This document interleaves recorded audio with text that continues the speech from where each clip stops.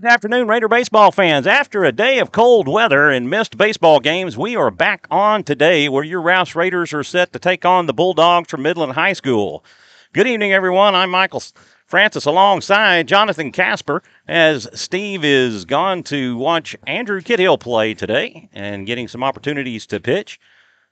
Today's game, a beautiful, beautiful sunny day here in Leander. A little chilly, but it's a good day for baseball, Jonathan. Yes, sir. Thanks for the introduction, Michael. And obviously, Steve would love to be here, but getting a chance to watch your boy on the mound in college is, I think, better than being out here watching us now. So, anytime your kids are, you definitely want to celebrate them and be there to support them. The Midland Bulldogs out of District 2, 6A, come into today 6-10 on the season. They just dropped a game to the Boyd Broncos 6-2.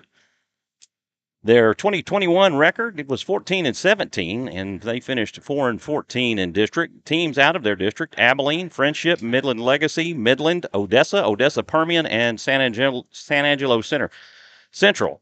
They are coached by Jeremy Mueller. He has 259 career wins. He has 10 years of head coaching experience. They return 8 starters: Jaron Gignac, Landry Walls, Pierce Mackey, Luke Ingram, Dax Patton, Jake Cunningham, Josh Reed, and Jacob Urias.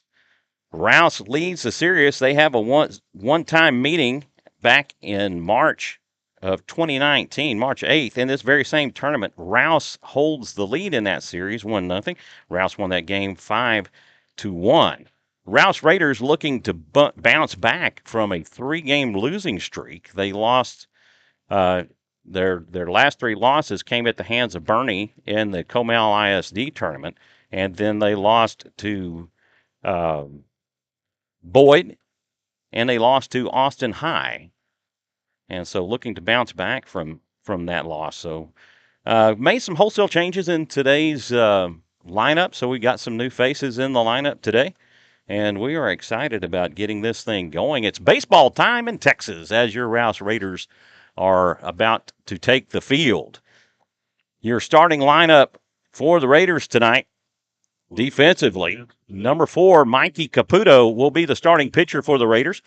Number 11, Ashton Hottie will be your catcher. Number 8, Oscar Salazar will be at first base. Number 9, Rainer Heinrich will be at second base. Number 22, Colby Diaz will be at third. And number 3, Blake Gonzalez will be your shortstop. In left field, number 14, Caden Crow. In center field, number 7, Caden Casper. And in right field, number 33, Zach Alvarez. Your lineup for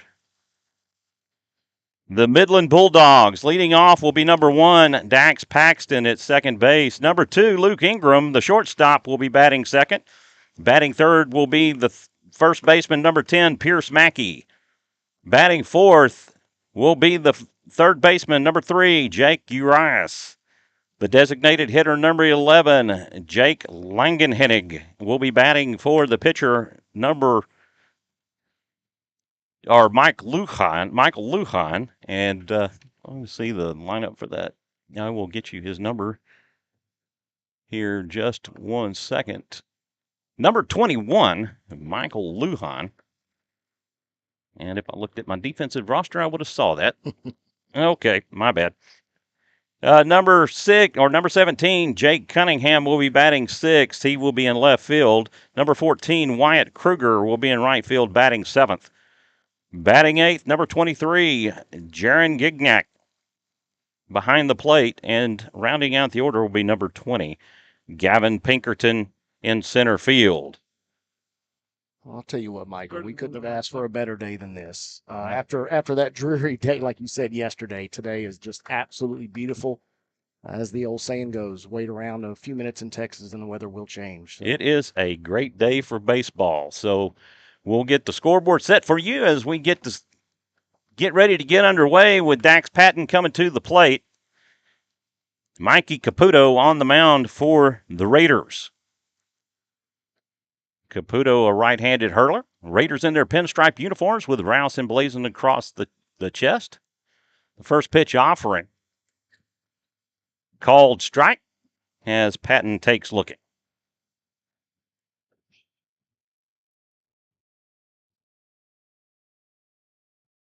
Caputo winds and delivers. This is cut on and hit foul down the left field side for strike 2. Right, Caputo's getting ahead of him real quick. That's always a great start for the pitcher whenever he can get a couple strikes under his belt right off the bat. Patton steps back in. Caputo has the sign. He winds and delivers.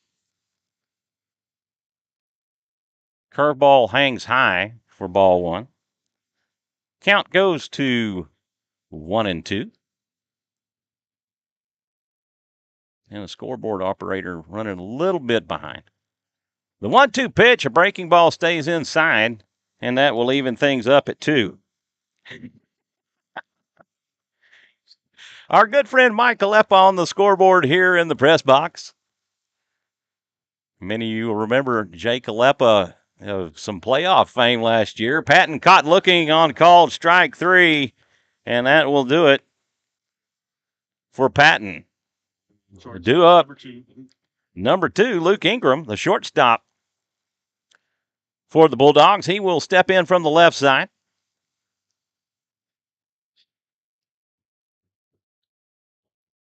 Yeah, old Lepa came alive, didn't he? Towards the end of the year, was a he did. He was a big hero in that Floresville series, that's for sure. This pitch is cut on and hit out to center. Casper tracks it, makes the catch, and that will retire Ingram for out number 2. Very quick start. Very nice. 2 away as number 10, Pierce Mackey, will come to the plate. Mackey, the first baseman for the Bulldogs.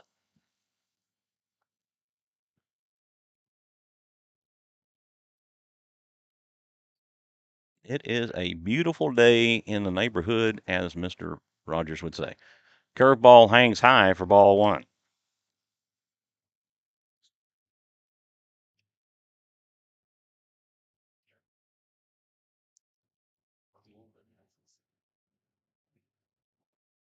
No delivery.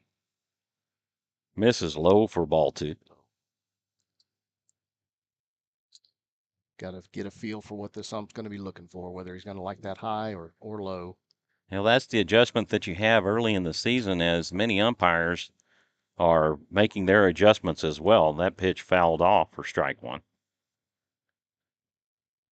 Yeah, we got to let everybody know out there. Obviously, the umpires are human as well, and they are definitely trying to get their feel for the game. 2 ball, 1 strike count. Pitch misses for ball 3.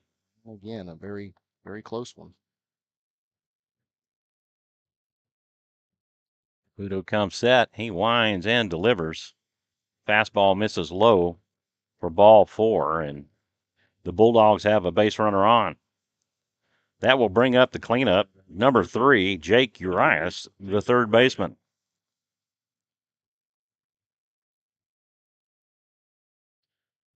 Midland in their purple tops and gray pants.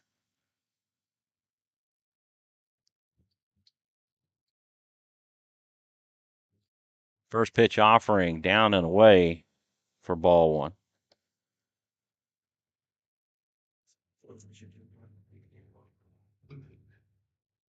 Yeah, Michael, as you mentioned earlier, we're definitely getting to see a little bit of new faces out there in the outfield, infield as well. It's good to see everybody getting a chance to produce for the Raiders.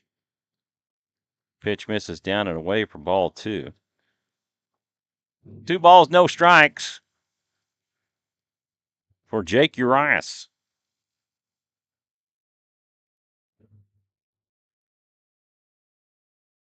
Caputo from the stretch. Takes a glance over at first. He deals the outside corner, but misses for ball 3. 3-0 the count to Urias. The Raiders are coached by Chad Krimping. He has 20 years of head coaching experience with 428 wins to his credit. Caputo paints the outside corner and looked just like his last pitch. I was just going to say, very similar pitch. Very similar pitch. John Langham heading on deck for the Bulldogs. Ball down and away for ball 4, and Caputo after picking up 2 quick outs, has given up 2 free passes here in the top of the first. Runners at first and second with 2 outs for the Bulldogs. Caputo in an early jam here in the first is trying to work his way out. First pitch fouled off for strike 1. Jake Cunningham on deck. See if that getting ahead as it did the first 2 batters will be successful for him to get out of this inning without allowing a run. You always like to get that first pitch strike, and he's got it right now ahead in the count. 0-1.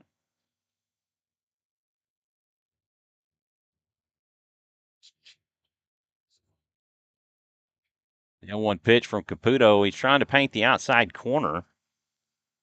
That misses for ball 1, and that will even the count back up. Coach Crimpina is going to call time. He will make a trek out to the mound. Quick little visit to see maybe what Mikey's seeing out there and where the miss is at. Now, typically you would find Carter Heinrich behind the plate, but Ashton Hottie is getting an opportunity to start. But I don't think they gave me his right number. They had number 11 for Ashton Hottie. Oh, he's 33. Is that correct? Alvarez is 33, right? 13. Okay. That's what I thought.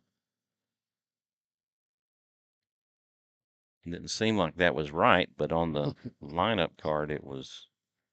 Maybe I got it. No, they had him as 11 as well, I think. So I'll correct that. Oh, well. 1-1 the count. Thank you, Mr. Alepa. That pitch, belt high fastball for strike 2. Gotta love allowing coach to feel good about that visit. Come back with a strike on the first pitch. Right. Of course, Mr. Alepa letting me know that wasn't a fastball. That was a nice pitch on that. Mr. Alepa, would you like to call that pitch for me? Change up. Yeah, that's what I thought. All right, brother. Deuce is wild for Langan hitting.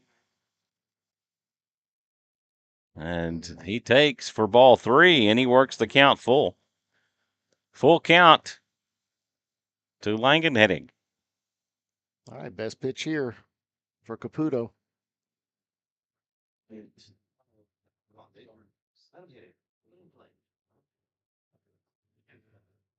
The payoff pitch. That's cut on and hit back up the middle. Caputo has it. He makes the throw over to first in time as he lost the handle on it to get the out. That will go 1-3 on the putout, and that will end the Bulldog first. And we're tied up going into the bottom. Due up for the Raiders in the bottom half. Rainer Heinrich, Oscar Salazar, and Caden Casper. Tell you what, you give himself a little time. He didn't rush himself on that, which is always good to see. Whenever they can set their feet, know that they have the time, you normally want to see them actually make that move towards first base, cut it off so they don't have as far to throw, a little less chance of making a mistake. But he definitely didn't rush himself, which is always good to see. Defensively for the Bulldogs on the mound, number 21, Michael Lujan. Behind the plate, number 23, Jaron Gignac. At first base, number 10, Pierce Mackey. At second base, number 1, Dax Patton. At third base, number 3, Jake Urias. At shortstop, number 2, Luke Ingram. In left field, number 17, Jake Cunningham. In center field, number 20, Gavin Pinkerton. And in right field, number 14, Wyatt Kruger. Designated hitter, as we mentioned earlier, number 11, John Langan hitting. Lujan, a right-hander.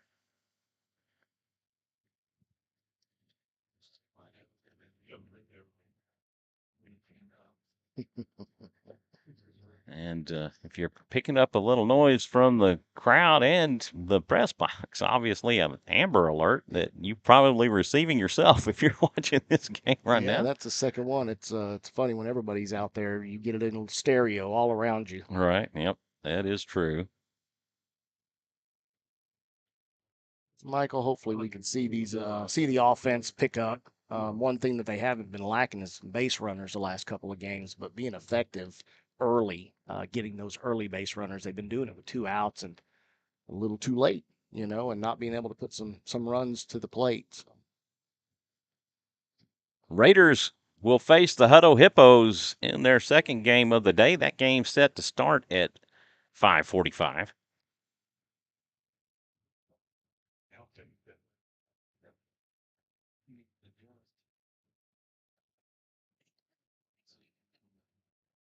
I can't say enough, as you mentioned earlier, Jonathan, it's just a beautiful day outside. Yes, sir. Not a cloud in the sky. Very light breeze. The Raiders off at the bottom of the first game.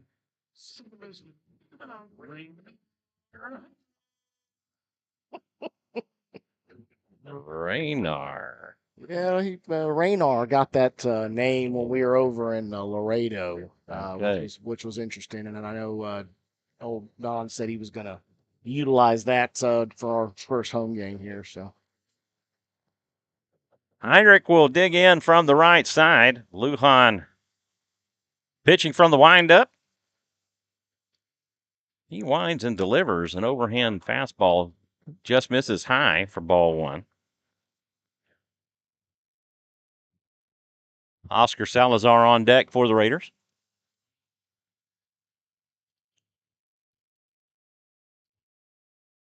The 1-0 pitch misses high for ball 2.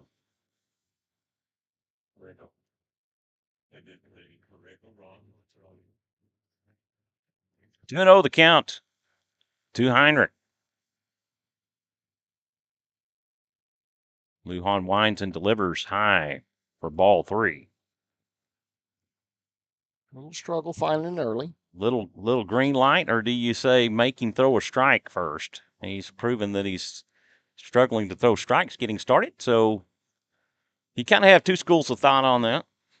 It's like, let's see him throw a strike first. He's going to show bunt, lays off, and takes for ball 4. And Lujan issues a free pass to the leadoff for the Raiders, and that will bring up Oscar Salazar. Going back to that rule of that different 2 schools of thought there. I mean, when you watched his warm up, he was also struggling to get that ball down. So I think for sure you want to see a strike before you turn him loose. He's purely over the top, and you don't see that a whole lot at the high school level. Not at all, not at all. And obviously if you can command it and get yourself downhill, it's very effective.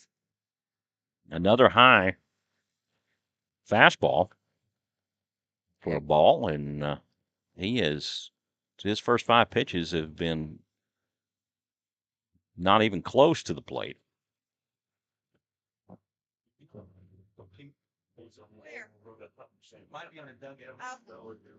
Mackey going over to Lujan to give him a few words of encouragement. 1-0 the count to Salazar. Raiders have 1 on with no outs here in the bottom of the first. The Bulldogs in their 4th game of the series, and when you start getting into this, you start struggling for pitching. And so oftentimes you've already pitched your ace, and he gets the outside corner for a strike, and it'll take the count 1-1, even up.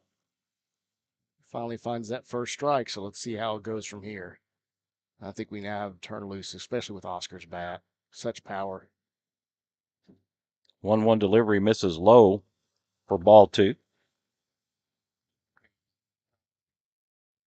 He was.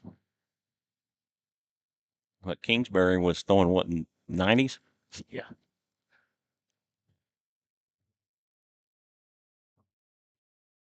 Fisher Kingsbury went on to play for the University of Texas in San Antonio, a Roadrunner, which we do have a couple of Roadrunner commits here at Rouse. Football-wise, you're looking at Mason Shorb, quarterback for the Raiders, who has committed to the University of San Antonio. And baseball-wise, you have Colin Correjo, who has committed.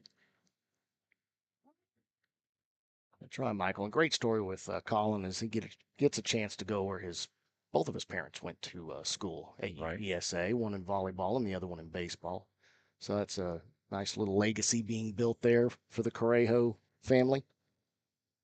Throw over to first again, not in time as Heinrich dives back in safely. So hearing a few more Amber Alerts. Pitch cut on and hit to Mackey over at first. And he will throw across the plate, and the Raiders give up 2 in a double play.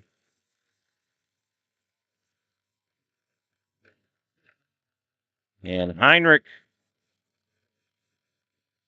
will be thrown out at third. That will go 3-5 on the putout of Heinrich for the second out. Ostrich Salazar will get an out, and that will go down as a 3 unassisted. You can definitely tell from Coach's reaction. I don't know that was a wave on his part. I think that was possibly a base running error there, but thinking that ball maybe got away. Number 7, Caden Casper will come to the plate. He takes for ball 1.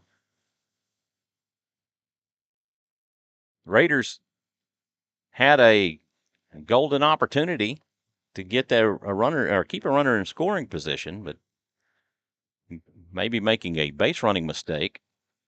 This is cut on and hit out towards center. Gavin Pinkerton underneath it will make the catch, and that will retire the Raiders. And just like that, their half is done. And they go kind of in a weird way, 1, 2, 3. Yeah. They retired the side, but not in order. It's always interesting to see that happening, especially if you're at home trying to watch a game. It's like, man, how did that just happen? What just happened to create that? You know, when you're watching your game changer at the house and not being able to see the game live. On to the second we go. We're knotted up here in Leander. Due up for the Bulldogs in the second, Jake Cunningham, Wyatt Kruger, and Jaron Gignac.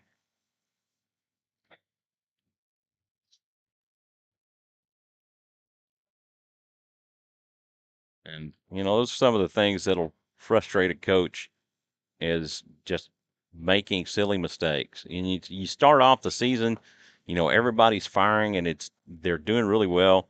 They go through the first 2 tournaments 4-1. The teams that they lost to were both state-ranked teams in Corpus Christi Ray and Bernie. And then they hit the LISD tournament and just have made mistake-plagued baseball. Yes, sir. Unfortunately, quite a few errors out there. But the good high infield fly, Gonzalez tracks it. It's in the sun, but he makes the catch, and that will retire Cunningham on 1 pitch.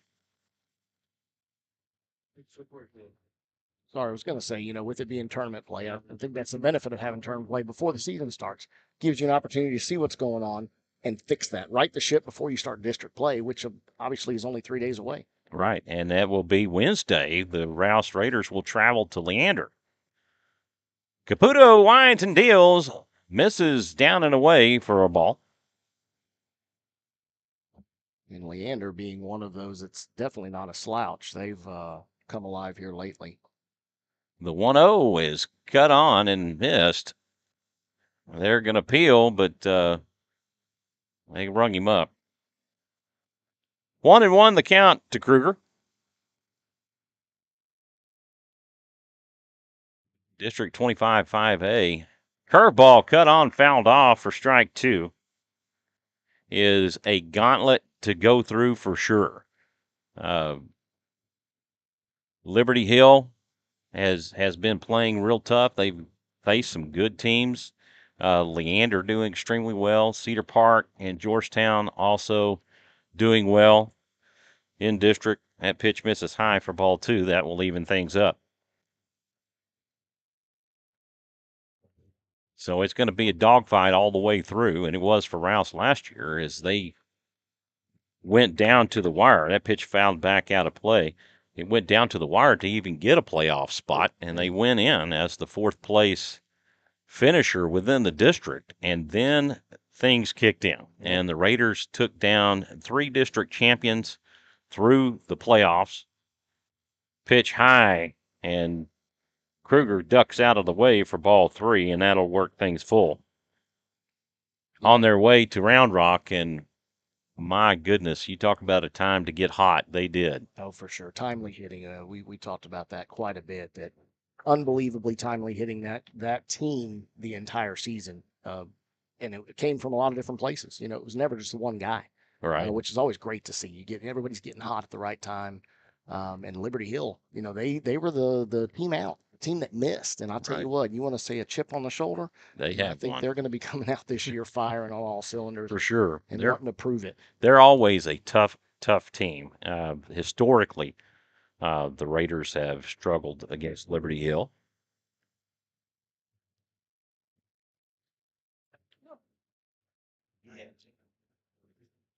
Payoff pitch coming up from Caputo. Swing and a miss. And Kruger goes down for out number 2. That is the second strikeout for Caputo. That'll bring up the catcher, number 23, Jaron Gignac. And that breaking pitch had a good bite to it for sure. I mean, that it definitely kept the batter on his heels. He didn't think that thing was going to break in, and it was sort of a defensive swing trying to hopefully get a foul on it. And he whiffed. That pitch is cut on, a slow roller down to first. Caputo covers it, and he will take the bag, and he's going to be called safe as Gignac raced down there to the bag and was able to step on it. Caputo felt like that he didn't have the exchange to Salazar wouldn't work out, and so he kept it himself, and it was a foot race to get Gignac at first, and the umpire said that he didn't make it. We do have a substitute, or not a substitute, but a pinch runner for Gignac. And what number? Do we know the...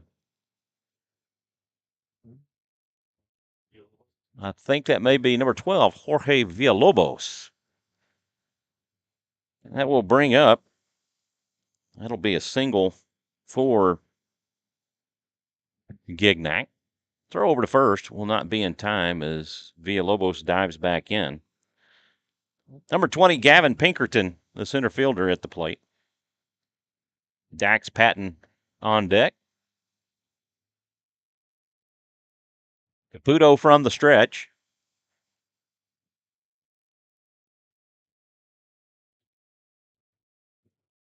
Pitch down and away for ball 1.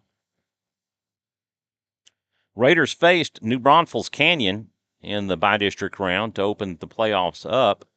They ended up winning the last 2 games. The first game they dropped by a pretty big margin. A little sharper on the end of the bat, let it go foul. And he's going to keep it, and he's going to walk down, step on the bag, and that will be it. Very, very good. As that early. Pinkerton did not even take off down the baseline. I think he was thinking they were going to let it go foul, and Salazar plays some heads-up baseball and covers it, and just goes steps on the bag for out number 3. Bulldogs get no runs on 1 hit. They leave 1. And after 1.5, we're scoreless in Leander. It was definitely a good heads-up play there. That foul ball can hurt you so many ways. You hear as soon as it goes foul, grab it, right? Don't give it a chance to bounce back in. Well, I think the batter thought for sure with the spin that thing was going to slide on out, and I mean, a couple little blades of grass there. Just kept it in nice, a little home field advantage there, I think.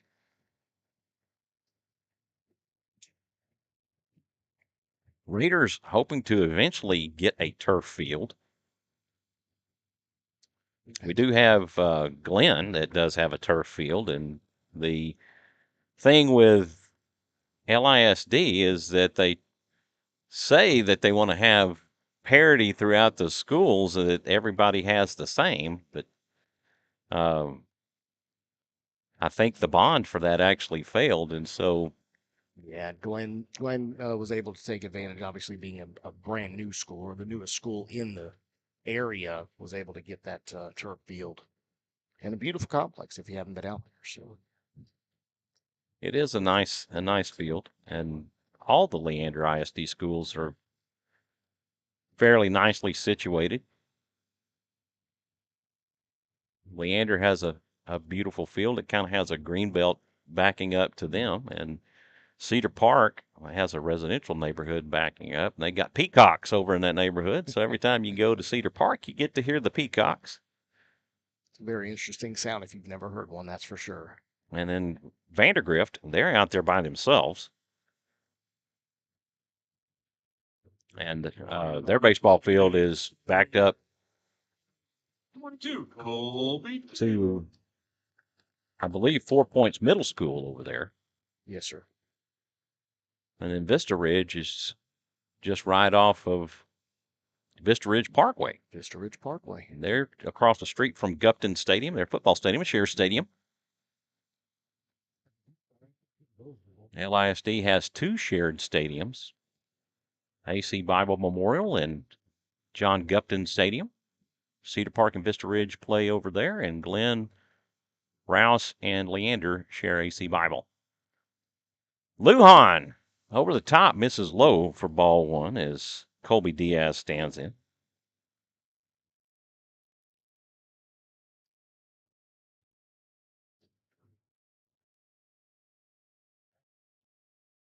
The 1-0 delivery, that's inside for a strike. That had some good late movement on the heading back towards the batter.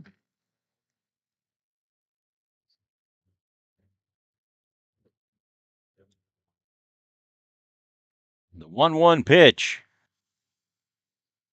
Belt high. Looks like a off-speed pitch comes through there for strike two. 1-2 the count to Diaz. There's that over the top. If you can get that breaking pitch working, it's a 12-6 movement. 1-2 pitch. Diaz lays off.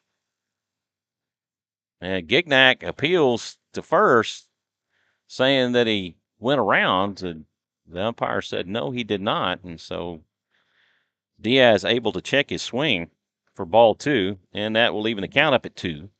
It was definitely a close one. 2-ball, 2-strike count to Diaz. Lujan shakes off a sign, gets one he likes. Comes over the top. This is hit back up the middle. Shortstop plays it, the throw to first. Out of way. Gets away from Mackey, so that will be a error on Luke Ingram. But I think Diaz probably had that beat out. So is the scoreboard going to rule it an error, or is they going to say that's a hit? Ruling it an error. I think there was definitely some discussion on that. E6.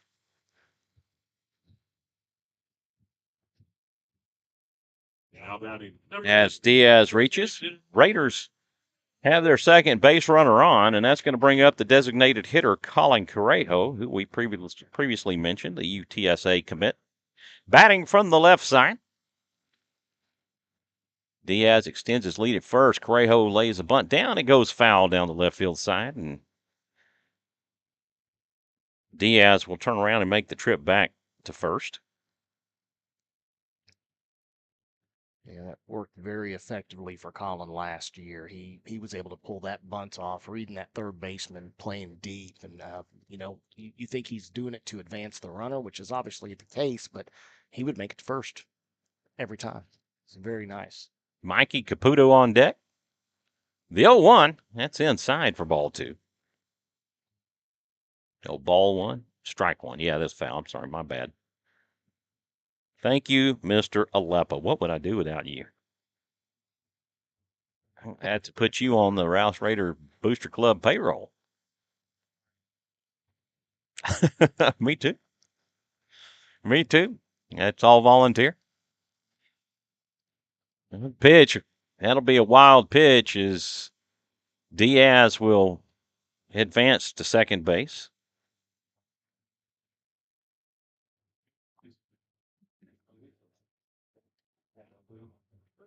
It'll be ball 2. Am I right, Mr. Leppa? Thank you. But no, I'm talking about me. I mean, you're keeping me in check. I'm keeping you in check. We're kind of working together here, right? Yeah, absolutely. I think Aleppa's a lost cause. Aleppa's a lost cause on keeping him in check. I learned that a long time ago. This is hit foul down the left field side, and that will even the count back up at 2. We get our first base runner at second for this game. Let's see if we can't create some offense here and get a run in. Correjo out just ahead of it a bit. This is a liner to second. Second baseman has it, and Diaz will move down to third on the fielder's choice. That will go 4-3 on the fielder's choice.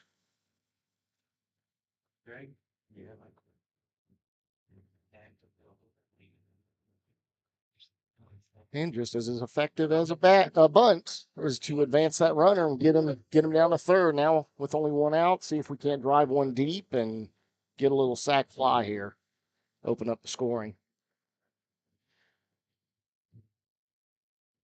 Just 90 feet away from a go-ahead run, Mikey Caputo, as he comes to the plate and can help himself out right here. Zach Alvarez on deck.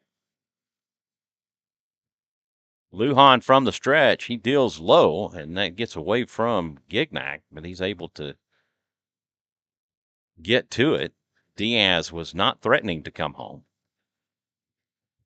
Diaz probably not the fastest runner on the team. Yeah, it was a good thing he watched where that was at. That makes a huge difference, right? Ball just doesn't just get away without keeping an eye on it because you got to know whether it got away far enough. 1-0 the count to Caputo. Pitch. That squibs through Gignac's legs, and he's kind of dazed. If Diaz would have been paying attention, he could have scored on that. I think that's one of those difficult ones as well. Again, that ball got away, but it's on the other side of the catcher, so he can't really see how far did it get away. Right. And again, the speed, as you mentioned a second ago, Michael, definitely comes into play. He thought does. twice about it. He did. But you got to wonder, Gignac, maybe he thought it was between his legs and wasn't up out of his stance quickly to go get the ball. So well, it looks like it got on him a little different. He maybe was a little cross up there between the catcher and the pitcher on what that was supposed to be. So I'm going to go back to the scoreboard. Mr. Leppa, was that a wild pitch or a pass ball?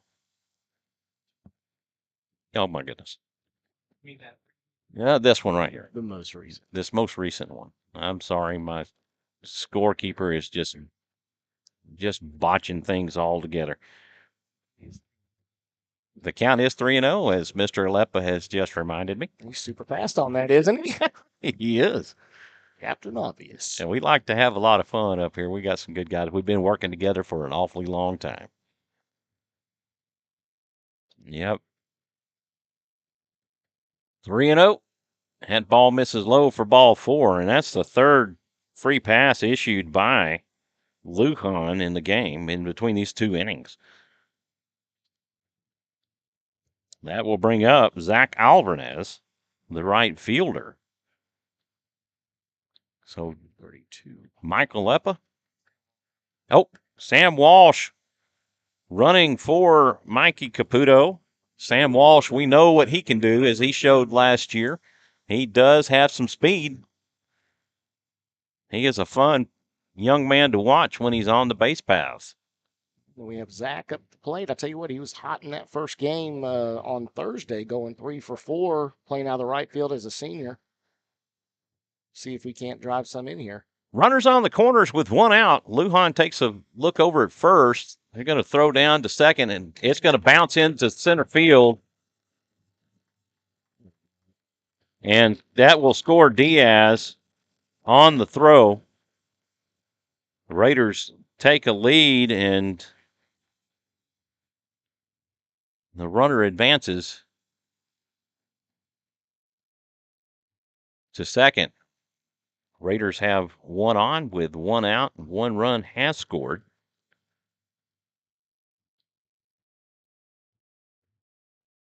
I did rule that a strike on that pitch before the throwdown.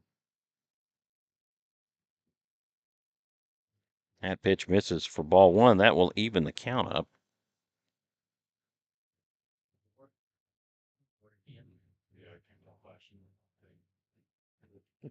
Supposedly, weren't they supposed to change that scoreboard out? The 1-1 pitch, Gignac does a good job to block it and keep it in front of him with Speedy Walsh at second base. That pitch misses for ball two. 2-1 the count to Zach Alvarez.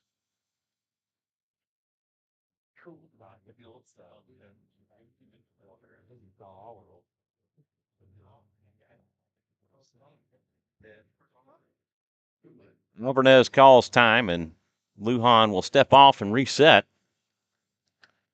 Good way to control the game. Ashton Hottie on deck for the Raiders with Caden Crow in the hole.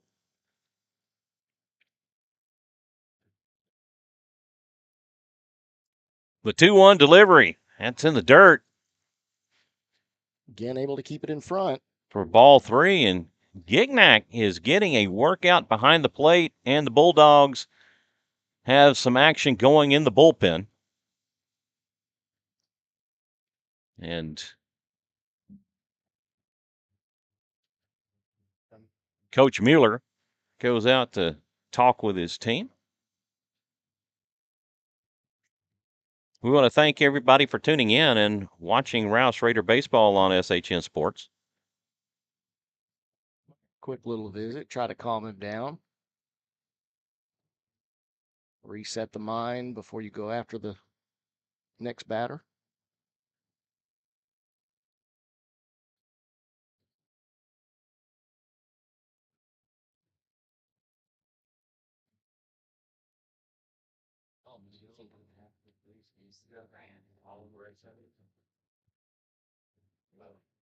That's also maybe buying a little time to get that bullpen warmed up. They just got the guys up in there.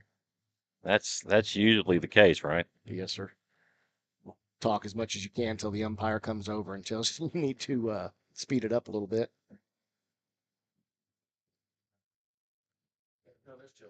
Oh, we're showing we got a runner at third. I think we just have him at second, right? Yeah. This one is tattooed into foul territory.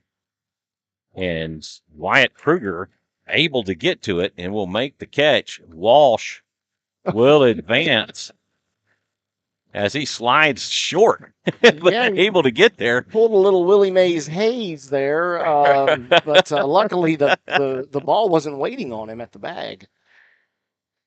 A fly out to right for Zach Alvarez. It's two away. Walsh is just 90 feet away from scoring as Ashton Hottie will come to the plate. 14, Caden Crow on deck. Hottie, catcher for the Raiders this afternoon. A little matinee baseball for you today.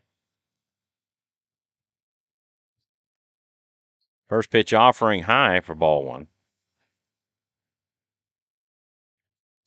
Michael, I was trying to be Nostradamus there with that runner at third a little early. I think Maybe we'll call you John Stradamus. 1-0 the count to Hottie.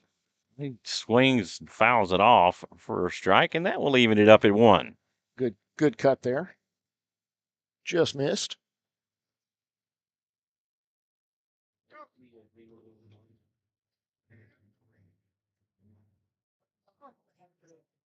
One on with 2 out here in the bottom of the second. Raiders leading 1-0 over the Midland Bulldogs. 1-1 offering, belt high pitch. And that will take the count 1-2. I can't say fastball. I really haven't seen what a fastball really looks like from Lujan. The 1-2. A curveball. That's that 12-6 that you talked about. 12-6. It froze him. I'll tell you what, he didn't expect it to drop like that, and it a late bite there. Hottie caught looking. That's the first punch out for Lujan, and that will end the Raiders' second. That the Raiders get 1 run on no hits. They leave 1, and on to the third we go. Raiders leading 1-0 over the Bulldogs. Due up for the Bulldogs in the third will be back to the top of the order, Dax Patton, Luke Ingram, and Pierce Mackey.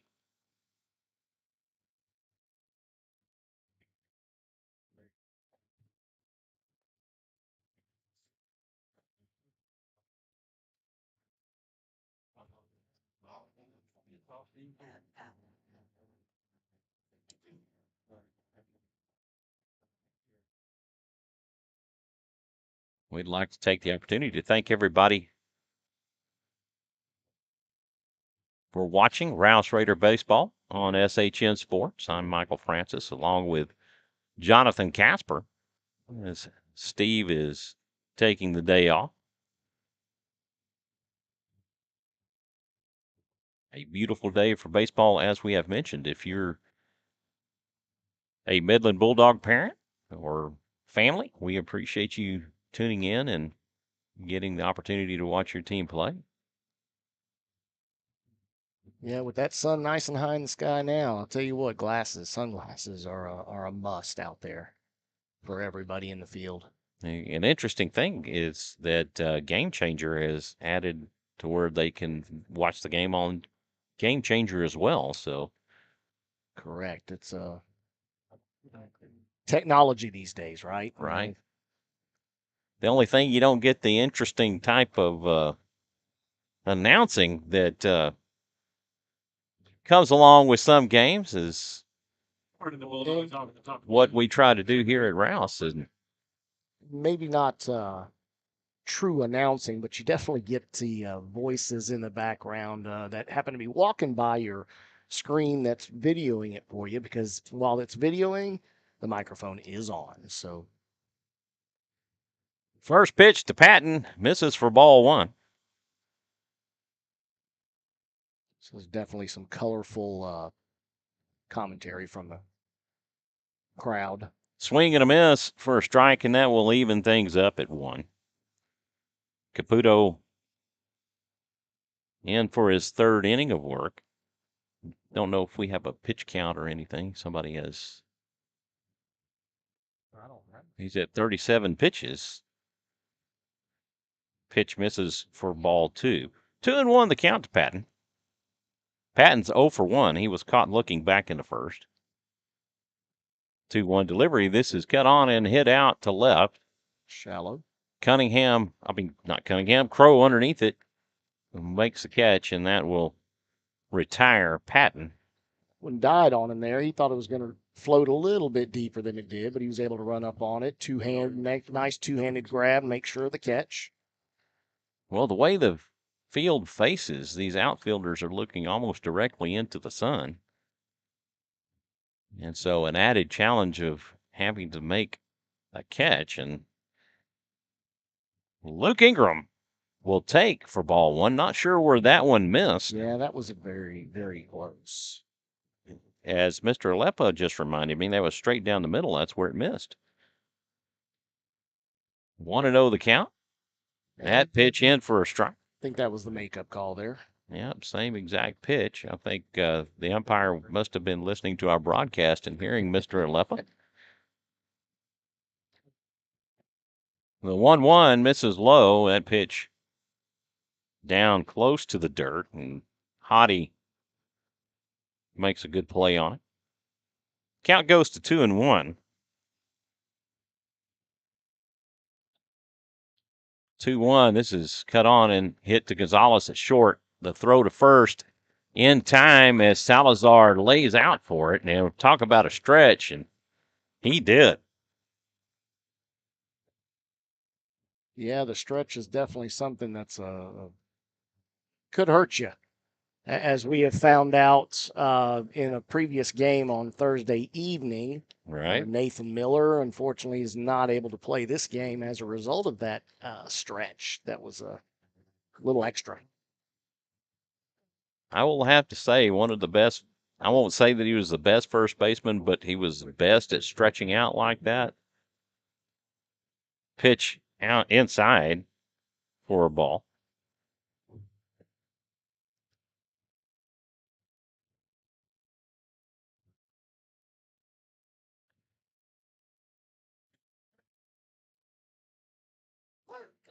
Hey, another one right Pitch down in for a strike, and that will even the count up at 1. right Alepa. That was down the middle. This is cut on and hit out to center. Casper tracks it, makes the catch, and that will do it. The Bulldogs go down in order in the third. No runs, no hits, nobody left on. After 2.5, it's 1-0 Rouse. Yeah, it's always interesting, those shots, just like the one that was out to Crow. You know, he sat back on it figuring, but anything that's right at the fielder is one of the most difficult balls to play, especially with, like you said, Michael, the sun. You know, they're looking right at it. They're trying to read depth, how it came off the bat. It's difficult. It's very difficult out there. Right. Due up for the Raiders in the third. Caden Crow, Raynar Heinrich. No, it's really Raynar. But he, as Jonathan mentioned earlier, he got the moniker Raynar at the Border Olympics tournament. Oh yeah, that was definitely interesting, and you know, the announcer there in Laredo, he came down after the first game. Said, man, I want to make sure I'm getting everybody right, and they corrected him in for Raynar, and he goes, but we let him know, no, it's okay. I think we enjoyed that. Let's go ahead and give him Raynar, you know, from here on out. Mm-hmm. Seems like I remember somebody else had that happen to him last year. Alipa? Lipa. Yeah, Alipa. Jake Alipa. It's actually Jake Alepa, but I can't remember which game it was, but somebody called him Alipa and just kind of stuck. Guess there's worse things to be called. Sorry, the Raiders off the top of the third inning. Michael Lujan back out to pitch the third for the Bulldogs as he will face Caden Crow for the first time. Caden Crow, another senior.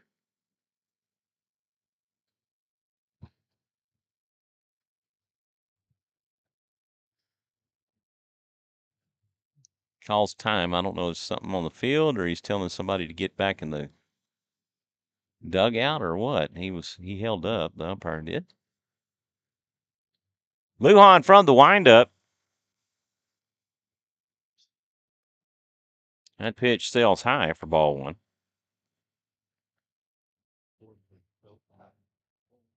Last year we had the Sparshoe brothers, Big Shotty and Little Shotty.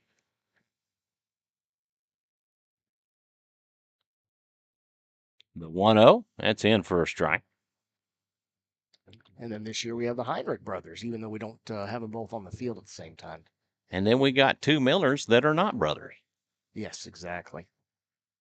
2 Heinrichs and 2 Millers. One set are brothers, one set is not.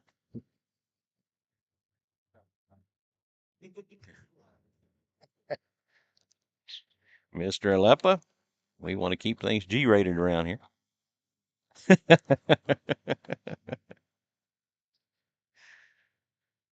1-1 pitch from Michael Lujan, that sails high for ball 2. Licking the fingers, trying to get that bite. He's got a little slip out there on the on that pitch.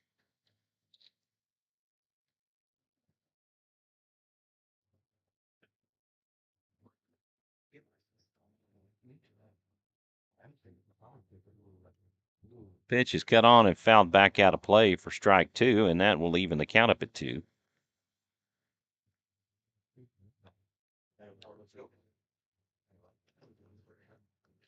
A little late on that one, trying to determine whether that was actually one to swing at. So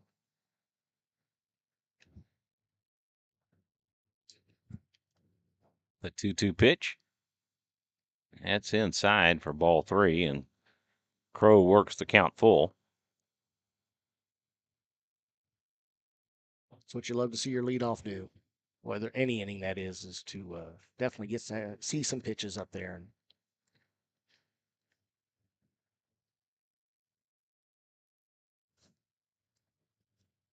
The payoff pitch, that's outside for ball 4. And Lujan issues his 4th walk of the game. what, he tried to get him to bite. Crow was definitely keeping an eye on that one and didn't go after it. Raynar Heinrich will come to the plate. I guess Steve is good with it. I don't want him getting mad at me. Oh, he had a good laugh about it as well. Did he? Okay, well, I guess I'm all right. He's a big boy. I don't know that you want to upset him. Yeah, right. Pitch in the dirt. Gignac gets on it, and that will hold Crow at first. And Rayner was looking to possibly lay down a bunt there to advance the runner. Interesting, you see a lot of new faces from season to season, and having the opportunity to broadcast these guys, you get to see a lot of growth and development over the years. Having been a part of this program since the inception of the school back in 2008, when Rouse first opened its doors as an alpha school with only freshmen. Took them 4 years to become a full senior high school. Yeah, definitely the growth. And then obviously we've seen another school come in since then with Glenn. This is cut on and hit over at second. It bounces away from Patton into right field. The throw from the right fielder, Kruger, to third will not be in time, and that will put runners on the corners. That was just a bad hop. I don't think that's going to be ruled an error. I think it's, well, I'm not giving him an error. That was just a bad hop. Yeah, that definitely rose up on him pretty quick. I'm giving Heinrich a hit on SHN Sports. The official book might have it differently, but SHN and Michael Francis are giving him a hit. Well, there's the difference between having a turf field Right. and a natural field. You really don't know what to expect on that when it gets into the dirt. That will bring up Oscar Salazar. Salazar's 0 for 1. Salazar. He grounded to first his first time up. Throw over to first will not be in time as Raynar Heinrich dives back in. Trying to keep him close over there at first. Don't want to get too much of a stretch as they throw again. Heinrich drew the walk to lead off the first and was eventually thrown out at third base by Mackey at first. This one is hit out deep to left, and it is going to go over the fence. That's a home run for Oscar Salazar. And the Raiders will take a 4-run lead here in the bottom of the third. A little round tripper, as they say, and there was no doubt, I don't think, on that. And they did not have the advantage of the wind as they have in the past games. Oscar Salazar with a 3-run homer, picking up 2 RBIs along the way, and the Raiders extend their lead.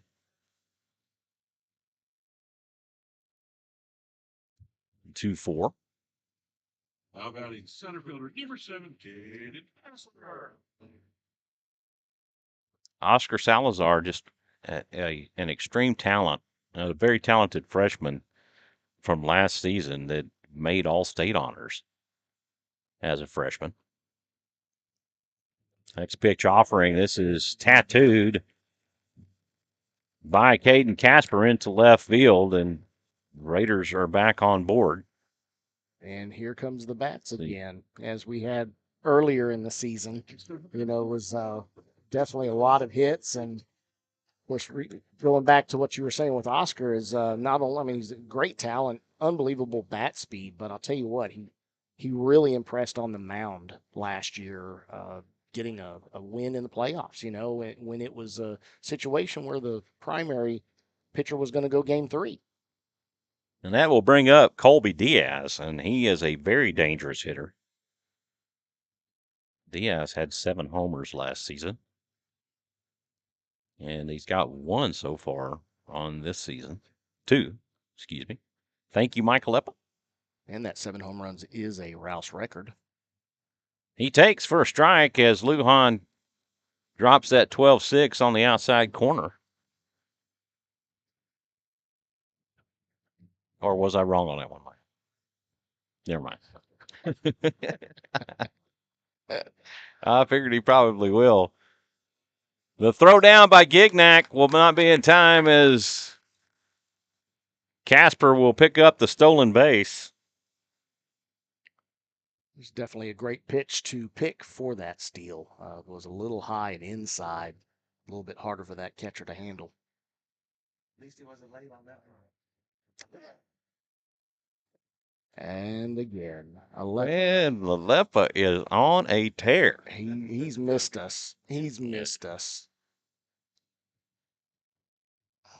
1-1 the count to Diaz. He takes for strike 2. And Diaz falls behind 1-2. Casper extends his lead at second. Lujan pitching from the stretch. No activity in the bullpen, so I assume their reliever is warmed and ready. The 1-2 delivery, that's high for ball 2, and that will even things back up. It's all one to lay off there. You get a little eye level there for a lot of these batters that are powerful like Colby is, and he just wants to jump on that and drive it to the outfield. So good patience there. 2-ball, 2-strike count. The pitch, this is cut on and hit into center field. Pinkerton underneath it. He'll make the catch. Casper will advance on the sac fly. So a sac fly for Diaz.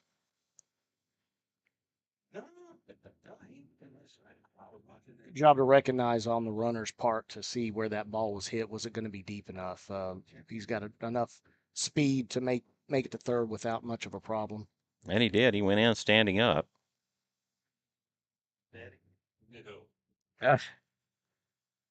Man, poor Jonathan. Can't catch a break with these guys. And you have to ask Caden. He may actually surprise you with that answer. I know he won't say his mother. Colin Correjo, the designated hitter, is due up. Coach Miller back out on the mound talking with Lujan. Of course, that same question could be directed back at the person that said it, is where did Jake get his speed from? And Michael says he can outrun him. I don't know that I buy that at Mike's age right now. I mean, if he can, I'm sure there's a bunch of us that would pay to see that. I would definitely. I was about to say I would pay to see that. Michael says he'll put money on himself. Is that just talk or is that fact? Well, we just don't know. Is that, hey, what was the McCoys? He said, no brag, just fact. Yeah. Or it wasn't, he was a sheriff or something. I can't remember that. It was an old Mike, TV I think show. the question really is what would he do to Jake prior to the Right. race to get an advantage? An inside pitch for a ball to Correjo. Oh, that's just braggadocious. There ain't no truth in that at all. Give him a head. What are you gonna do? Put him in a wheelchair with one hand behind his back?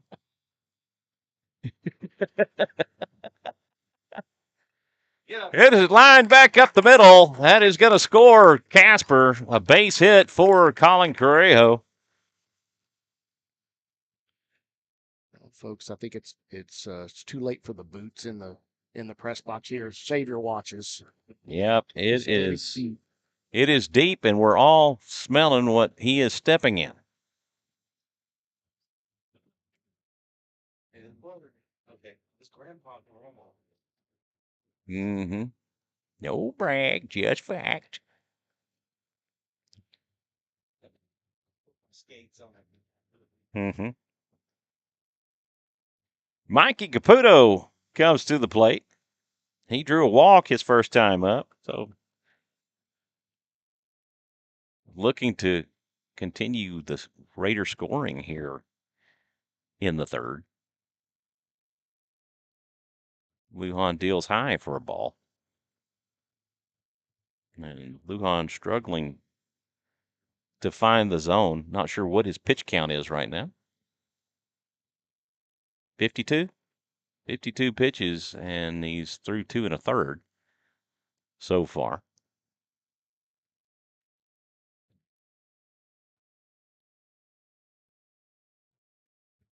A strike down the middle. The back pick to first from Gignac will not be in time. It was definitely a close one. But the pitch was a strike to Caputo, and that will even the count 1-1. 1 on with 1 out here in the bottom of the third. Alvarez on deck.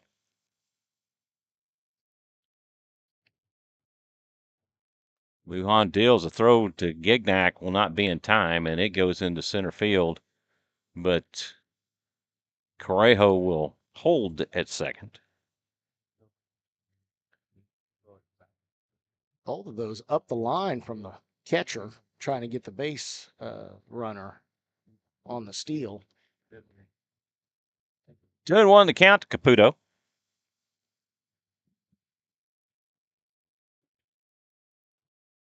This will be Midland's final game of the day, and they will load up the bus and head back to Midland. The Raiders, on the other hand, will be facing the Hutto Hippos later on today. The 2-1 at 12-6 seems to be working for him pretty good. And it drops in for a strike.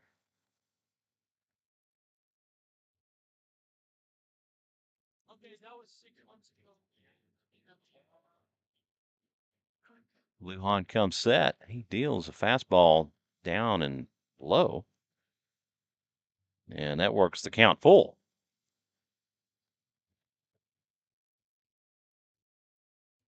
A little late there on that one.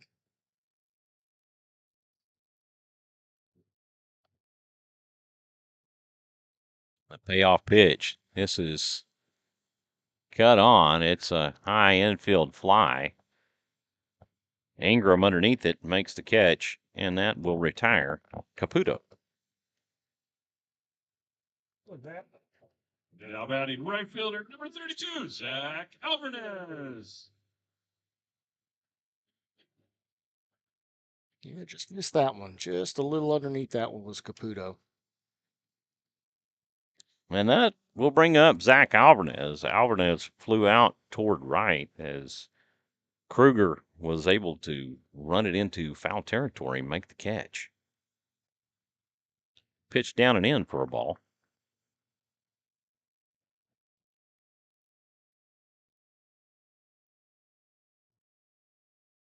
Lujan facing his 8th batter of the inning. Again, there's activity going in the Bulldog bullpen. Swing and a miss for Alvarez. That'll even the count up at 1. I think he was trying to take a page from Oscar book on that one and send that one on a ride with that cut he just had.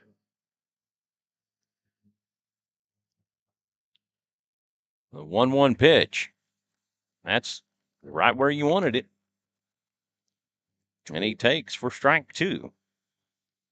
And again, Mike, like you said, that 12-6 is working right now for him.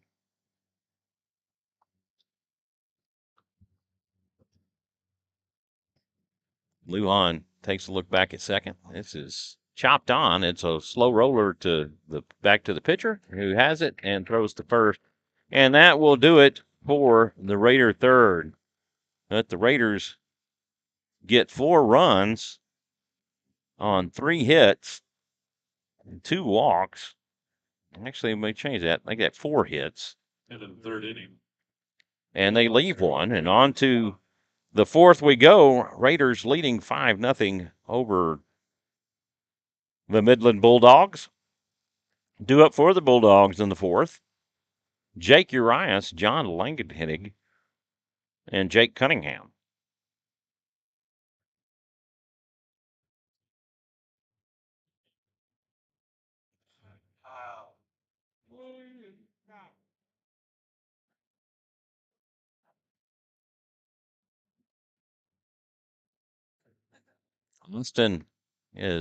Austin High has just shown up. The Austin High Maroons. They will be playing Hutto immediately after this game. So it looks like Hutto gets to draw the back-to-back games. They then get the this back-to-back afternoon. doubleheader. It can definitely be a nice thing to have, staying warm, not having to get cold between games, and being able to come back out effectively, depending upon how the first game goes, Mhm. obviously.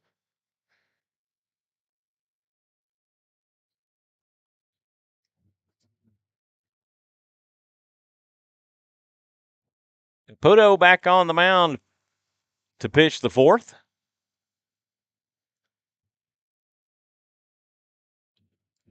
And he's at how many pitches?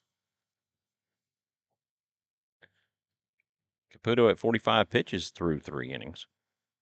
And that's exactly where you really want to be. You want to be at about a 15 pitch, no more than 15 pitches per inning. And he's just right at that mark. So He hasn't other than a couple of batters, I believe, he hasn't run a lot to a full count. So that definitely helps with that number, keeping that number down.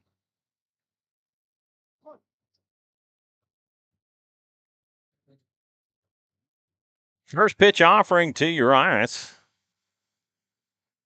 Misses for a ball.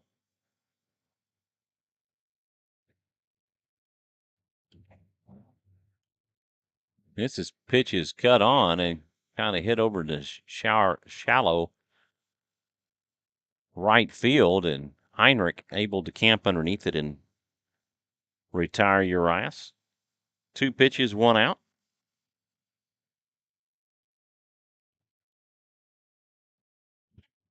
And that will bring up John Langenhennig.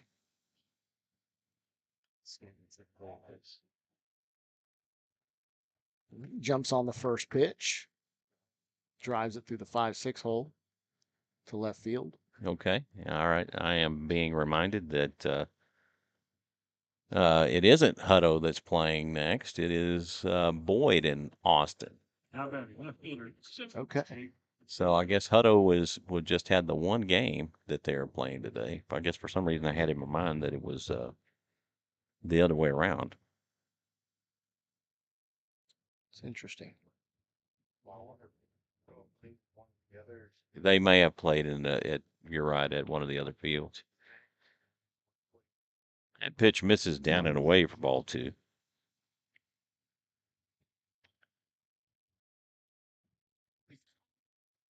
This pitch is cut on and it's hit and it's going to fall into foul territory. Alvarez on his horse trying to get there, and Yeah, that was definitely out in no man's land there in foul territory. that'll make it 2-1.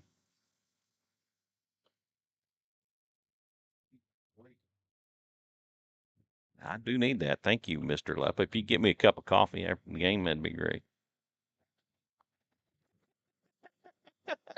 No, why don't you go down there and do that now? And I think that's with 1 cream and 1 sugar. No sugar. Oh. Throw over to first will not be in time.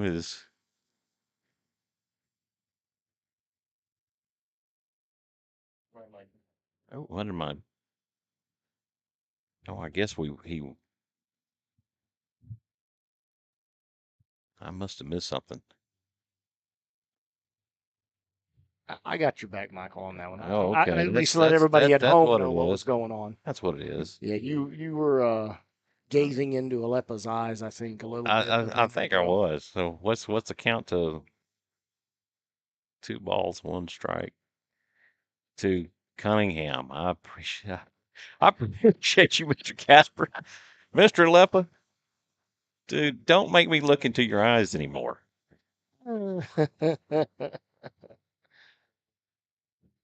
3-1 the count to Cunningham. Cunningham's 0 for 1. He flew up or popped up to short his first time up. Langenhennig represents the first base runner. That goes beyond the outstretched glove of Caden Casper and gets nearly to the fence. That is going to score Langenhennig. And Midland has erased that goose egg, and that will be a triple for Jake Cunningham. Now batting right fielder number 14, Wyatt Kruger. An RBI triple for Jake Cunningham, and that will bring up Wyatt Kruger. Kruger 0 for 1 with a strikeout. Yeah, center field gave it a run. Just like you said, just past the glove. I think. That About pitch two- from Caputo down and away for a ball. Yeah, about 2 more inches on that glove. I think he'd have had it. Playing with one of the softball gloves is what he should have had. Mm-hmm. Actually, outfielders should have the 15-inch glove, not the 1-0. This is a chopped on hit and goes foul down the third base line. Diaz has it and will throw it back in. That will even the count up at 1.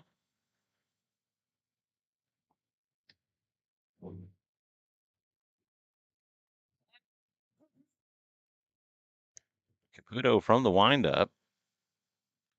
That is cut on and hit short, and Gonzalez not able to backhand. The ball will let it get into left field, and that will score another run. And a single for Wyatt Kruger. As Midland generating some offense here in the 4th. They've scored 2 and have 2 consecutive hits. Actually make that 3 consecutive hits. I think that was a little of the case about trying to get that throw to first base before the ball was actually made it to the glove. That's all that was. The catcher, Jaron Gignac, at the plate. He takes for a ball. 1 on with 1 out here in the top of the 4th. No activity going in the Raider bullpen. That's fouled off for a strike.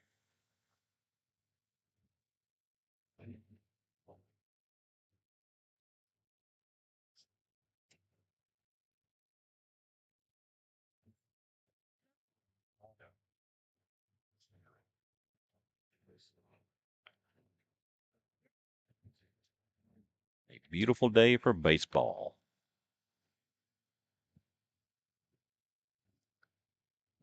Caputo checks Kruger at first. Deals, misses outside for a ball. Get him a real good lead over there at first. I think he's getting himself set up for a possible back pick opportunity, maybe. Coach gives Hottie the go ahead.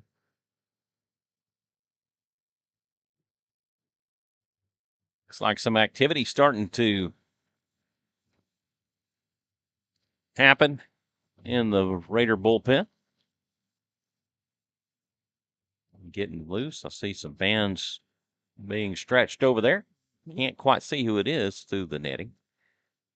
Throw over to first will not be in time as Kruger dives back in safely.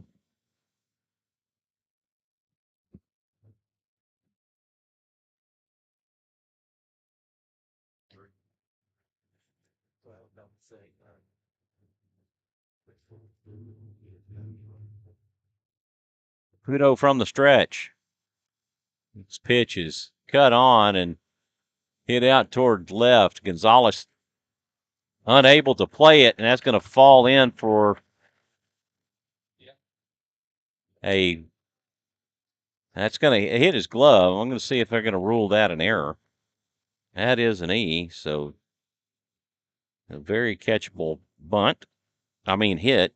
That will be an E6. Yeah, it's definitely one of those situations. Again, that sun playing with Crow's eyes. He was running in on it, trying to shield his eyes from the sun. I don't know that he really had a great beat on it and wasn't able to call off Blake, which you'd love to see in that situation. Typically, you defer to the guy who's running in on it rather than the guy who's running out to make the play. Correct. A lot easier for him to see it. And just the awkward way that Gonzalez had to turn his glove to try to make that play. Yeah, over the shoulder, as well as trying to avoid the fielder coming in, the outfielder, Crow. So Jack Knight getting loose in the bullpen. This is popped up and playable. Diaz calls it, makes the catch, and that will do it for Pinkerton. And good communication on that one for sure. Colby taking command of that, making sure that the pitcher just stopped, and Caputo did a good job with that, not getting in the way. Well, that's that all-important out number 2. As the usually tends to make out number 3 throw to first, right? Correct. So and when you have third as well. So, I mean, you got any bag other than home, obviously in this situation, it's good. Caputo deals. This is cut on hit foul by Dax Patton. And once again, getting ahead of the batter on first pitch. Caputo facing the most batters he's faced in an inning this inning, as he is facing his 7th batter in Dax Patton. Patton 0 for 2. He has struck out and flown out. This is popped up, and it's in foul territory. Salazar tracks it, makes the catch, and that will do it for the Bulldog 4th. But the Bulldogs get 2 runs on 3 hits. They leave 2, and on to the bottom of the 4th we go. Raiders leading it 5-2. A new pitcher,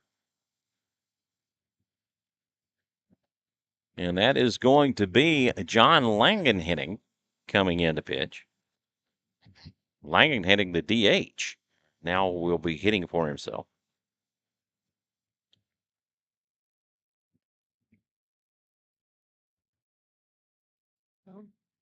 He's definitely going to give the batters something different to look at. His delivery is for sure not as over the top. And he has a little bit more speed on it as well from the few warm-up pitches he's had already.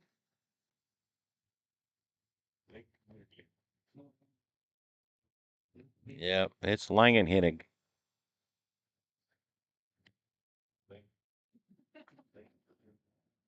Langenhenning.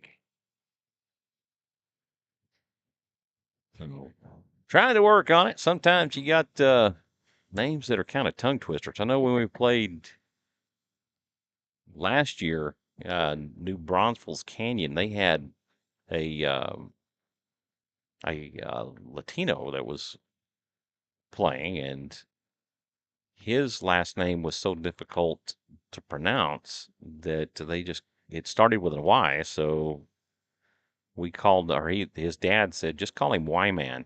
That's what everybody else does. It's nice when you get the approval right from the parent to go ahead and change that up a little bit. Right, and I'm somewhat fluent in Spanish, and I've looked at it and then pronounced it, and he said, "My goodness, you're the first person I've heard to actually say it right." It's always fun, right? Getting to see some of those names and try to figure it out. Oh yeah, that is. See, that's what I mean. Even now, it's like a tongue twister. It's Irurete Goyena. Yeah, so there you go. So it just makes you. That's why they say call him Y-Man. The first pitch offering from Langen hitting, misses for a ball. It's almost every letter of the alphabet in that name, I'll tell you. Almost as it is. Hottie stands in. He takes for ball 2.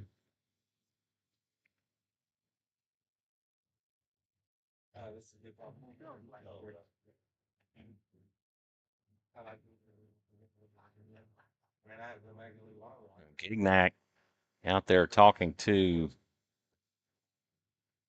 Langenhennig. I'm not exactly sure. He's was kind of towing in on the rubber. I guess he wanted to make sure, that he wasn't going to balk if he gets base runners on. So Well, maybe he doesn't normally pitch. That and maybe, again, a signal concern, be cross up between the catcher and the pitcher.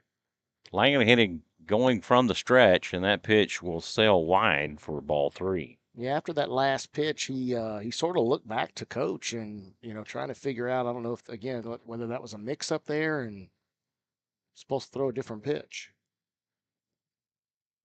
The 3-0, that's high for ball 4, and Hottie draws the leadoff walk. Now batting for your Raiders. Left fielder number And that will bring up the left fielder, Caden Crow. And again, we have that would be coming in to run for Hottie is going to be Mr. Voigt, Carson Voigt. Carson Voigt, he's another fast one. I remember him from last year in the playoffs. I believe he's on JV, moved up. I could be wrong about that. Yeah, he's Crow actually, takes for strike 1. Sorry about that, Michael. No worries. He's actually nursing a broken finger on his hand.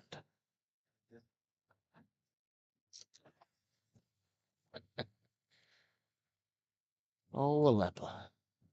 Uh-huh. I love you too, brother. Heinrich on deck. 1 on with no outs here in the bottom of the 4th.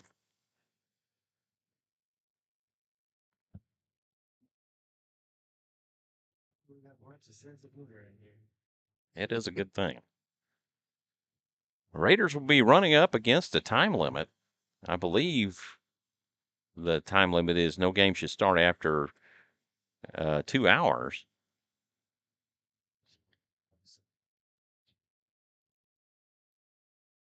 So I have got, we had a 127 game start, is what you're saying?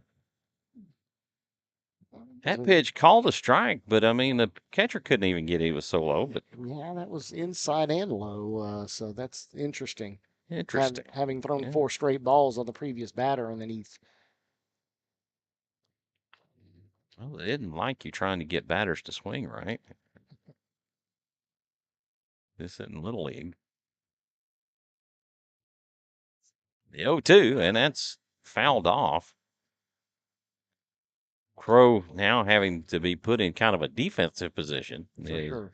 Now he's just got to battle everything out, and there's no selection. Nothing into the count to Crow. Try to, as they say, anything close. Anything close. Don't put it in the hands of the umpire.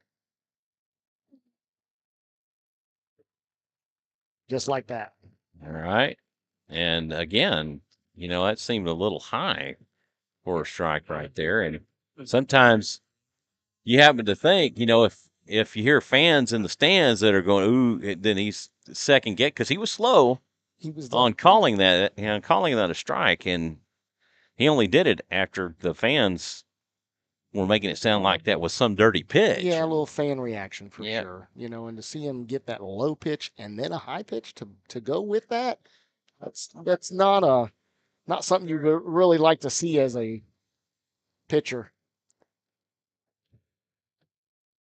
And Voigt will advance to third on the wild throw to first by Langenhennig.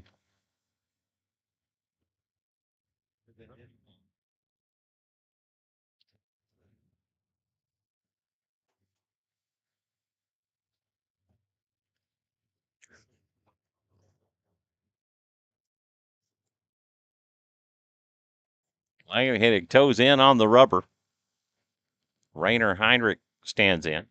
He takes for a strike, and that pitch was legitimately a strike. For sure. That was Fastball. on the pipe.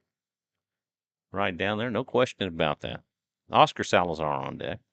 It'll be interesting to see how they pitch him when he comes back up.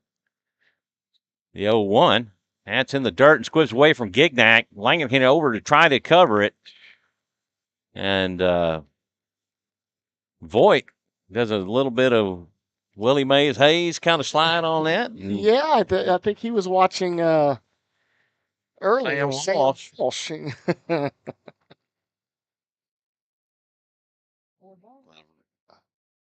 The Raiders score on the wild pitch.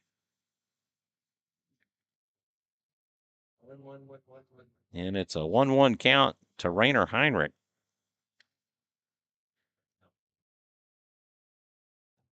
The 1-1 pitch from Langenhennig misses outside.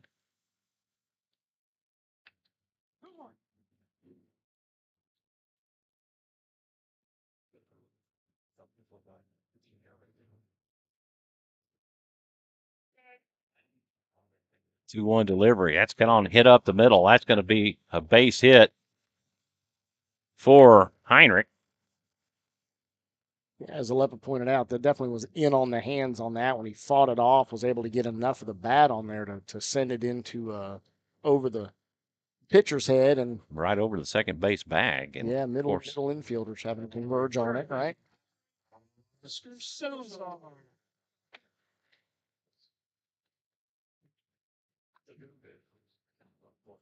Salazar, he's 1 for 2. He's grounded out and homered.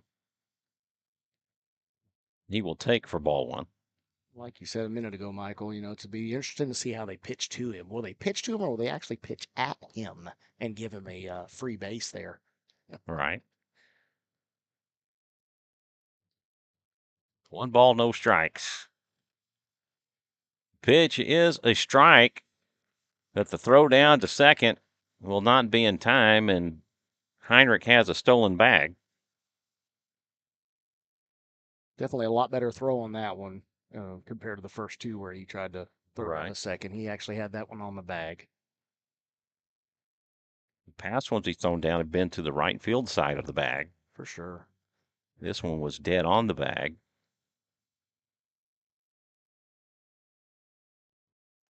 Pitch misses outside. 2-1 the count to Salazar.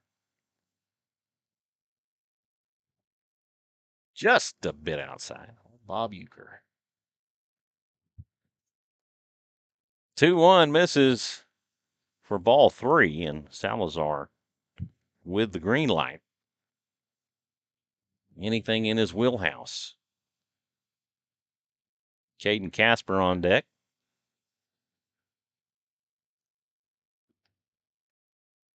Ball 4, and Salazar will take his base. That is the second walk issued by Bulldog pitching in this inning. Number 7, center fielder, Caden Casper.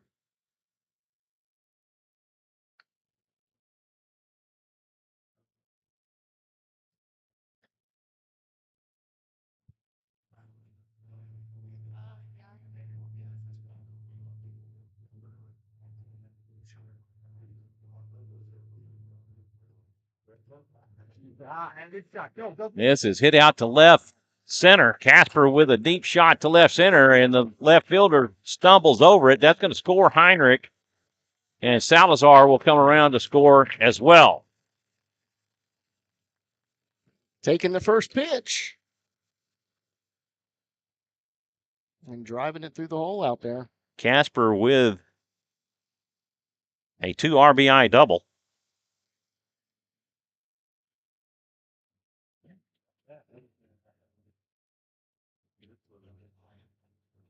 And the Raiders extend their lead back to 5. To Colby Diaz. It was interesting to see if they're going to let that one pitch go or jump on that first pitch. It's always a different thought process with most coaches. They want to have you see that first strike before you swing. And Not the case there. Diaz takes for ball one. Diaz has reached on an error and sacrificed his center, but a very dangerous hitter in the Texas State commit. Takes for ball two. A little chin music there. A little inside. Correjo on deck. The Raiders have hitters deep through the lineup. This is popped up and hit back out towards center field. Pinkerton able to get underneath it and make the catch, and that will retire Colby Diaz. Unfortunately, it was not deep enough for Casper And now batting your designated hitter. to advance to third. I think another one on inside the hands. That's twice now this pitcher has been able to do that to the hitters. Both Rayner and Colby getting them in the inside on the hands and not really able to put a lot on the ball. Correjo will come up. He is hitting to a fielder's choice and has a single. He takes inside for a ball.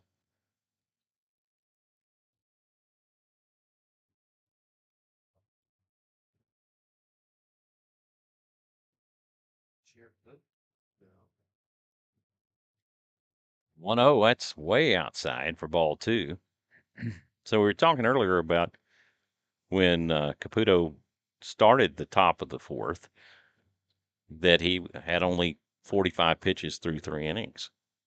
To my knowledge, Correjo hits this one out to right, and that is going to score Casper. He has got enough speed that there will not even be a throw, and Correjo will advance on the throw in. He'll pick up the single.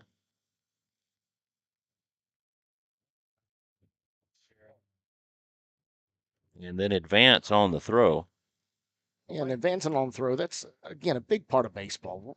Read what's happening when that outfielder's throwing in and understand, is it getting down far enough where you can advance and turn what basically is a single hit and get yourself in scoring position.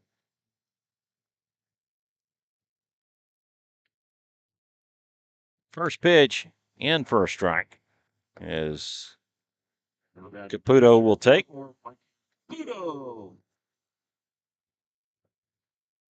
Caputo is 0 for 1 with a walk and a pop-up to short. The 0-1 delivery, that's high, and Gignac comes out of his crouch and keeps that from going to the backstop. But to my knowledge, the Raiders have had only one pitcher that has ever pitched a complete game with less than 60 pitches. And that would be swing and a miss. That would be my son, Tim Francis, back in 2012, facing Cedar Park, and he won a shutout 3-0 over Cedar Park at their field on 52 pitches. That's a great time to do it. Obviously, Cedar Park being the biggest rival, I feel, of the Raiders. That curveball that Caputo was able to get underneath, but Pinkerton able to get over to it and make that catch out in front of him, and that will finish the Raider fourth. But the Raiders score 4 more runs on 3 hits. Score Bulldogs. And walks have kind of been the story for the Bulldogs, as it looks like they've given up 6 walks. What, we got 9? Hold on, let me see. We do have 9, don't we? I believe that's right. Who did I miss? I had it at 9 as well. Oh, yeah, okay. That's it. I was looking over here. So board kept showing 8, so I just wanted to confirm that I wasn't getting So I've got ahead of myself. 1, 2, 3, 4, 5, 6, 7, 8, 9. So yes, it should be 9. Well, you can't ever rely on those scoreboard operators. Yeah. So I do keep a book here. Last year. And the year before. Hey, consistency is the key, Alepa. Consistency, sir. We all strive for it, right? Raiders have a pitching change. Jack Knight comes on in relief of Micah Caputo, and that's kind of where pitchers like to be, right? They like to come in with no dirty laundry out there on the field, and By all means, They- you they get a we clean should see slate. that. Now pitching number 42, Jack Gignac. so an interesting tidbit of information is, I remember Jamie Moyer in the pros, right? That guy never topped 80 miles an hour in the majors, and he had faced over 17,000 batters, which equated to, I think, 8% or 8 point something or 9% of total hitters in the major league history. Well, it just shows how placement can be every bit of as important as velocity. Right. And being able to throw an effective changeup and breaking pitch, which he did have that in his arsenal. So, some great pitchers over the history, and of course, some of them that I always kind of think of are the Braves, right? Greg Maddux and Glavine and Smoltz, by all means, probably some of the best three pitchers to have on an organization for as long as they did, and Right. not having to lose any of those guys. It made the Braves unbelievable in the 90s. Leading off the fifth for the Bulldogs. What a play by Oscar Salazar. Oh my gosh, he just robbed Luke Ingram of a base hit. Oh my goodness. That will go 3U on the putout of Luke Ingram. Outstanding effort and play by Oscar Salazar. And just made it look routine. Going back to Oscar Salazar, he was in the Statesman this week as one of the faces off the field. Rick Cantu tweeted that out earlier in the week. We do have a sub here, and he is hitting for, no, that's Pierce Mackey. I'm sorry, it's number 10. So another hit over to Oscar Salazar, and so far here in the first, it's the Oscar Salazar show. Just a little bit of a ball. I mean, in the fifth. Right? Yeah.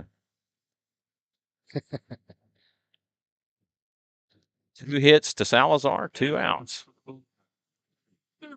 Jack Urias. Number 3, Jake Urias will come to the plate. Urias with a walk and a pop up to second.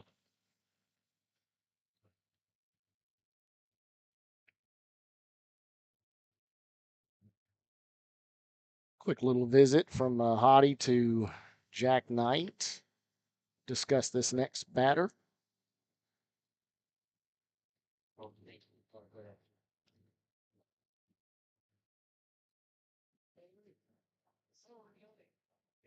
Knight delivers. Misses low for a ball. Knight came on in relief in Thursday night's game versus Boyd. Yeah, unfortunately, wasn't a great outing. Struggled a little bit to find the strike zone.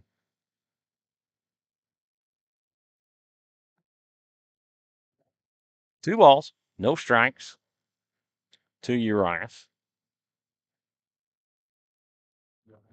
He came on in relief of Oscar Salazar. Yeah, he has a very effective breaking pitch, Jack Knight does. It works really well for him. Sometimes is what he can utilize for all 3 strikes to a batter. Pitch sails high for ball 4, and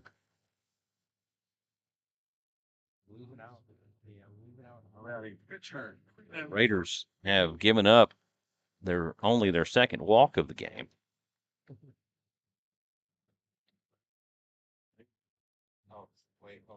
Lenga Hennig comes to the plate. 1 on with 1 out. Actually, 2 outs, sorry. The pitch fouled off and almost had the camera.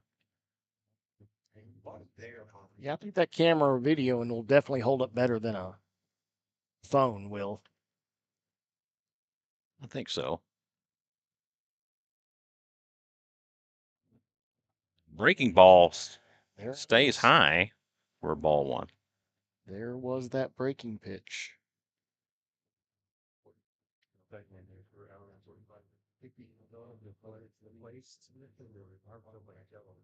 The 1-1 as it's hit back up the middle. Knight has it to throw over to first in time, and that will do it for the Bulldog fifth. On to the bottom we go. Raiders leading this one 9-2. Due up for the Raiders in the fifth. Alvarez, Hottie, and Crow.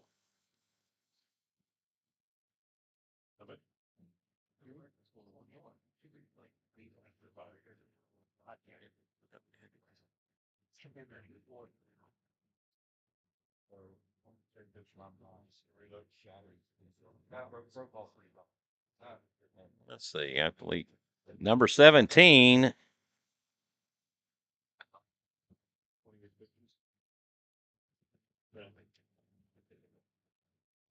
That's impressive.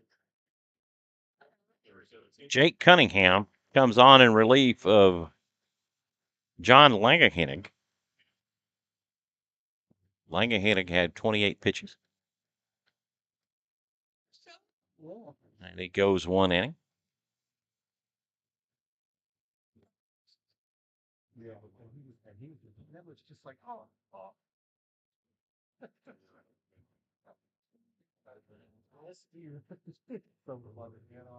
And as soon as we see the number, we'll be able to tell you who replaced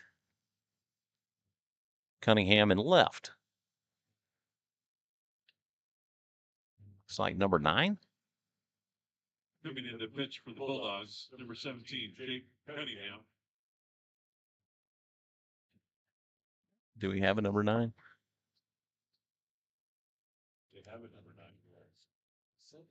6, I think. You need my binoculars. In my no, they're in my bag down there in my backpack. He's like Nolan Harris is coming in to hit, and he will be hitting for Alvarez. Raiders, number 34, Nolan Harris.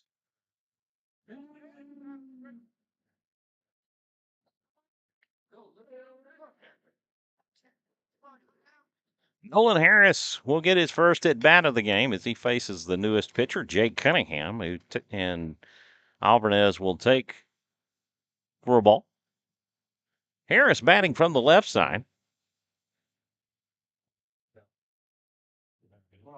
Hottie on deck. Cunningham able to paint the corner for a strike.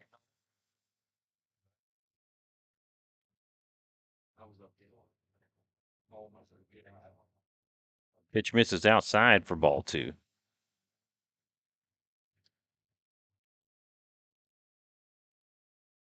2-ball, 1-strike count to Nolan Harris.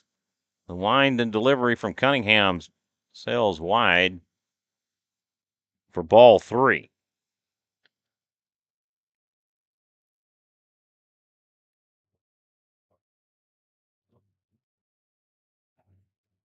Three-one delivery. Ball 4 as it sails high, and another walk issued by the Bulldog pitching staff.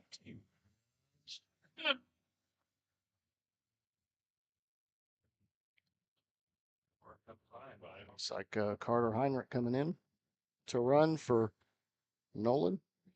That's the 6th walk issued by the Bulldog pitching staff, and one thing that you can't do is defend against walks.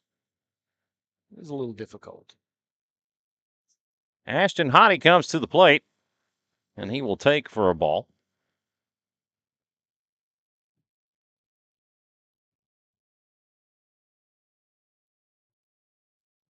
Hottie is 0 for 1 with a strikeout looking and walk.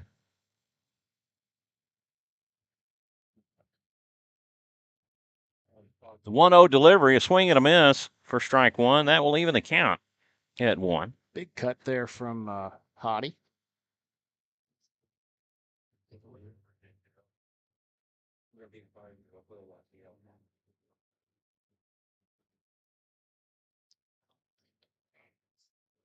Pitch is hit back up the middle. Kind of an off-spinning pitch. I mean, a hit. That's going to be the ball game. As Hottie hits into a fielder's choice. Yep. Called on time. Looks at it. And we'll go 4-6 on the putout of Harris, with Hottie hitting into the fielder's choice, and that's the ball game. The Raiders win their first game of the day and first game of this tournament, 9-2 over the traveling Midland Bulldogs, and get back on the winning track. Yes, sir. Yeah, Michael. I mean, that's. I'm sure that's exactly what Coach Krempine was looking for them to bounce back and actually start on a positive note today. Forget about Thursday and move on, and we'll see how that moves. See if that can carry into our next game at 5:30. I believe 5:45 is the scheduled game start, and we will try to start early at 5:35. And we'll see how that goes. But a good win for the Raiders. And combined, I won't say shutout, but with Jack Knight and Mikey Caputo to go 5 and finish this one out. So Caputo picks up a win. Yes, sir. In this game, and a home run by Oscar Salazar, a 3-run homer that really kind of broke things open. Oh, for sure. Back in the third inning.